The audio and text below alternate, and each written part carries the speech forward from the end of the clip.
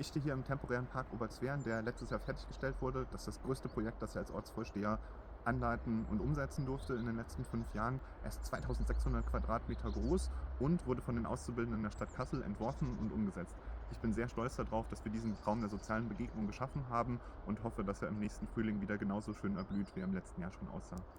Mehr Informationen dazu findest du in den Kommentaren, und wenn du mehr Parks und Räume für soziale Begegnungen in Kassel haben möchtest, dann unterstütze mich am 15. März mit 3 Stimmen.